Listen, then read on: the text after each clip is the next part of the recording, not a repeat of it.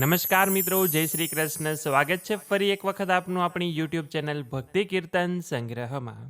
મિત્રો, આજના આ વિડીયોમાં આપણે પુરુષોત્તમ માસ મહાત્મ્ય કથાનો બીજો અધ્યાય સાંભળીશું. સાથે જ પુરુષોત્તમ માસમાં સાંભળવામાં આવતી વાર્તા સાંભળીશું કે જેનું નામ છે સાસુ વહુની વાર્તા.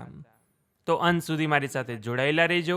વિડીયો પસંદ આવે તો કોમેન્ટ સેક્શનમાં એક વખત પુરુષોત્તમ માસ નિમિત્તે જય શ્રી કૃષ્ણ લખી લેજો.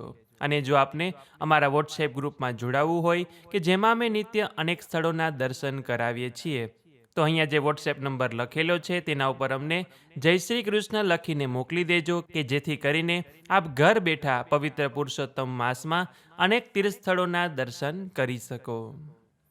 अतः श्री पुरुषोत्तम मास महात्म्य कथायाम द्वितीयो अध्याय नारदजीनो प्रश्न. सूत पुराणीना आ वचनो सांभळीने બધા ઋષિ મુનિઓ તેમને ધન્યવાદ આપવા લાગ્યા.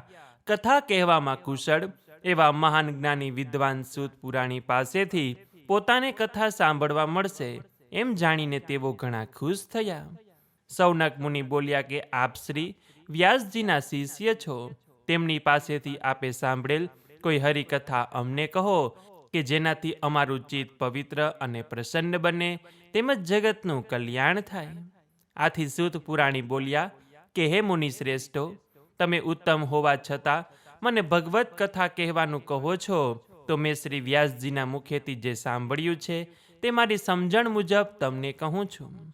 સૂતજીએ કથાનો પ્રારંભ કરતા કહ્યું કે બ્રહ્માજીના પુત્ર નારદજી એકવાર અલકનંદા ગંગાજીના કિનારે આવેલા બદ્રીનારાયણ આશ્રમમાં પધાર્યા અને નારાયણને નમસ્કાર કરીને કહેવા લાગ્યા કે આપ સત્ય સ્વરૂપ અને કૃપાનિધિ છો. આ સત્યના બળે આપ જગતનું પાલન પોષણ કરી રહ્યા છો.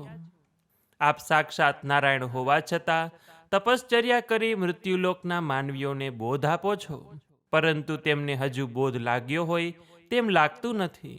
હું મૃત્યુલોકથી આવું છું, ત્યાં મેં બધા માનવીઓને મોહમાયામાં ફસાયેલા અને અસત્ય બોલતા જોયા છે.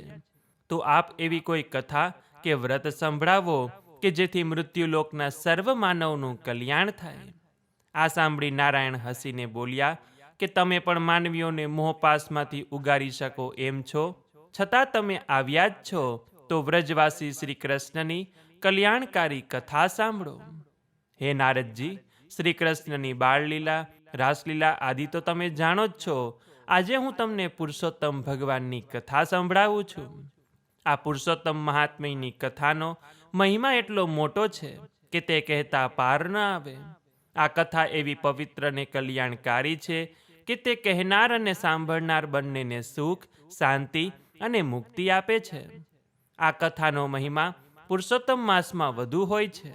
આથી નારદજીએ પૂછ્યું કે આ પુરુષોત્તમ ભગવાન અને આ પુરુષોત્તમ માસનું નામ અગાઉ મેં ક્યારેય સાંભળ્યું નથી. આ પુરુષોત્તમ કયા દેવ છે, પુરુષોત્તમ એ કયો માસ છે અને તેનું મહાત્મય શું છે, એ બધું આપ મને વિસ્તારપૂર્વક કહો. સૂત પુરાણીએ કહ્યું, હે મુનિ શ્રેષ્ઠો, નારદજીનું આ નિવેદન સાંભળીને ભગવાન નારાયણે કહ્યું કે હે નારદ, પુરુષોત્તમ એ એક મહિનાનું નામ છે. તેના અધિષ્ઠાતા પુરુષોત્તમ ભગવાન હોવાથી આ માસનું નામ પુરુષોત્તમ માસ પડ્યું છે.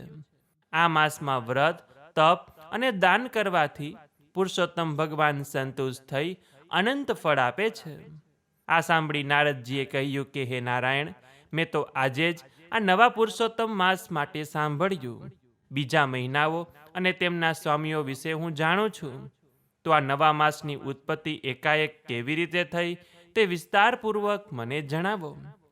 સૂત પુરાણી બોલ્યા કે હે મુનિ શ્રેષ્ઠો, નારદજીનું આ નિવેદન સાંભળીને ભગવાન નારાયણે કહ્યું કે મૃત્યુલોકના માનવીઓ પર કૃપા કરીને પવિત્ર પુરુષોત્તમ માસના મહાત્મ્યની કથા કહેવી શરૂ કરી અને તે કથા જ હું તમારી સમક્ષ રજૂ કરીશ.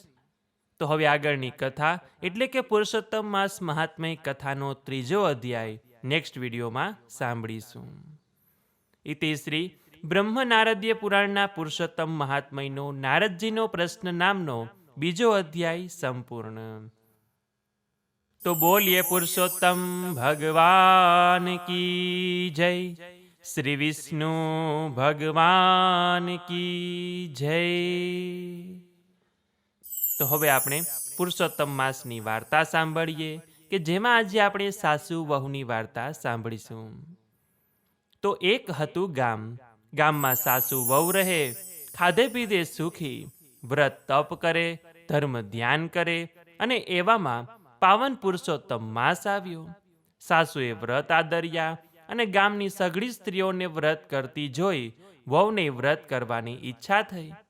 સાસુને વાત કરી તો સાસુ છણકો કરીને બોલી કે જોઈ જોઈ મોટી ભક્તાણી, ઘરમાં બેસીને ધર્મ ધ્યાન કરો, જુવાનીમાં નદીએ નાવા ન જવાય.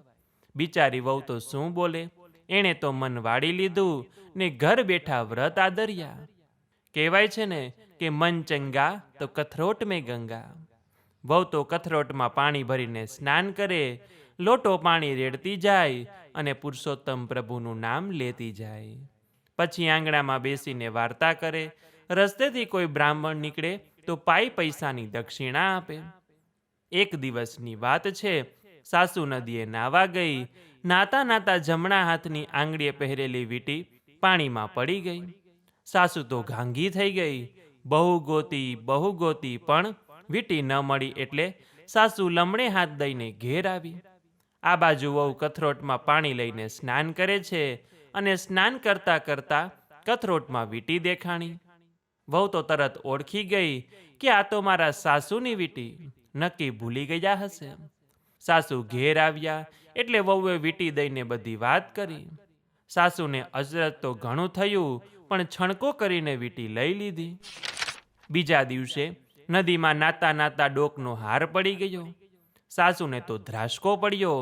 કથા વાર્તા સાંભળવાનું પડતું મેલીને સાસુ તો હાર શોધવા લાગી. પણ મસાણે ગયેલા મળદા જેમ પાછા ન આવે તેમ પાણીમાં પડેલો હાર પણ ન મળ્યો. સાસુ તો ભાગીને ભાંડતી આવી ઘેર અને ઘરમાં પગ મૂકતા જ વહુએ હાર સાસુના હાથમાં આપતા કહ્યું કે માજી, આ મને કથરોટમાંથી મળ્યો. હવે સાસુની આંખો ચાર થઈ. આવું ચડિતર તો ન જોયું ન તો જાણ્યું. વસ્તુ નદીમાં ખોવાય અને નીકળે કથરોટમાં. નક્કી આ બહુ ચુડેલ છે, મેલી વિદ્યાની જાણકાર છે. સાસુના ગભરાટનો તો પાર ન રહ્યો. ચુડેલના સા ભરોસા. ભૂખી થાય તો ગળે બેસીને લોહી પીવે. કાલે છૈયા છોકરા થશે. ચુડેલ વહુ ભરખી જશે તો વંશ વેલો નહીં રહે. સાસુ પાણી પહેલા પાડ બાંધવાના મનસુબા ઘડવા લાગી. એ તો ગઈ રાજા પાસે અને જઈને વાત કરી કે મારા છોકરાની વહુ ચુડેલ છે, માન્યામાં ન આવે એવા ચડિતર કરે છે. ભૂરાટી થાશે તો આખા ગામને ભરખી જશે, માટે એને સૂળીએ ચઢાવી દો. રાજા ઘણો ભલો અને દયાળુ હતો. એ બોલ્યો કે માજી, મારે પુરુષોત્તમ વ્રત છે. આ પવિત્ર માસમાં મારાથી કોઈની હત્યા ન થાય, માટે આ મહિનો પૂરો થવા દો. ઉજવણું થઈ જાય પછી એ ચુડેલનું ડોકું ધડથી જુદું કરી દેશું. સાસુ તો ઘરે આવી અને મહિનો પૂરો થયા પછી રાજાએ યજ્ઞ કર્યો. 1008 વરુણ નોતર્યા. આખું ગામ યજ્ઞના દર્શને આવ્યું. વહુ બોલી કે બઈજી હું આવું. યજ્ઞના દર્શન થાય તો ભવ પાર થવાય. ત્યારે સાસુ છણકો કરતા બોલી કે બેસ ચુડેલ. વહુને તો રડવું આવી ગયું. સાસુના ગયા પછી વહુ પણ છાની માની યજ્ઞના દર્શન કરવા આવી અને સંતાઈને દર્શન કરવા લાગી. પૂર્ણાહુતિના સમયે યજ્ઞમાં શ્રીફળ હોમાતા જ પુરુષોત્તમરાય પ્રગટ થયા અને છેવાડે ઊભેલી વહુને પાસે બોલાવી આશીર્વાદ દીધા. પછી હાથ જોડીને ઊભેલા રાજાને કહ્યું કે હે રાજા, આખા ગામમાં સાચા ભાવથી મારું વ્રત એકમાત્ર આ સ્ત્રીએ જ કર્યું છે. માત્ર એને દર્શન દેવા માટે જ હું પ્રગટ થયો છું. વહુને આશીર્વાદ આપીને પ્રભુ અંતર ધ્યાન થયા. રાજા અને ગામના લોકો વહુના પગમાં પડી ગયા. રાજાએ વહુને અડધું રાજ્ય આપ્યું અને સાસુના પસ્તાવાનો પાર ન રહ્યો. પણ વહુએ સાસુને માફી આપી અને આખી જિંદગી સુખ સમૃદ્ધિ ભોગવી અંતકાળે વહુ પોતાના પતિ સાથે વૈકુંઠમાં ગઈ.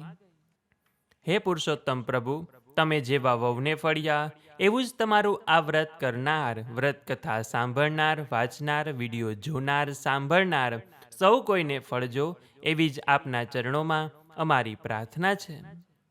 તો આ વાર્તામાંથી આપણને એ શીખવા મળે કે વહુને સાસુના ઠપકાના લીધે નદીમાં સ્નાન કરવા ન મળી શક્યું તો ઘર બેઠા કથરોટના પાણીમાં જ સાચા મનથી વ્રત કર્યું.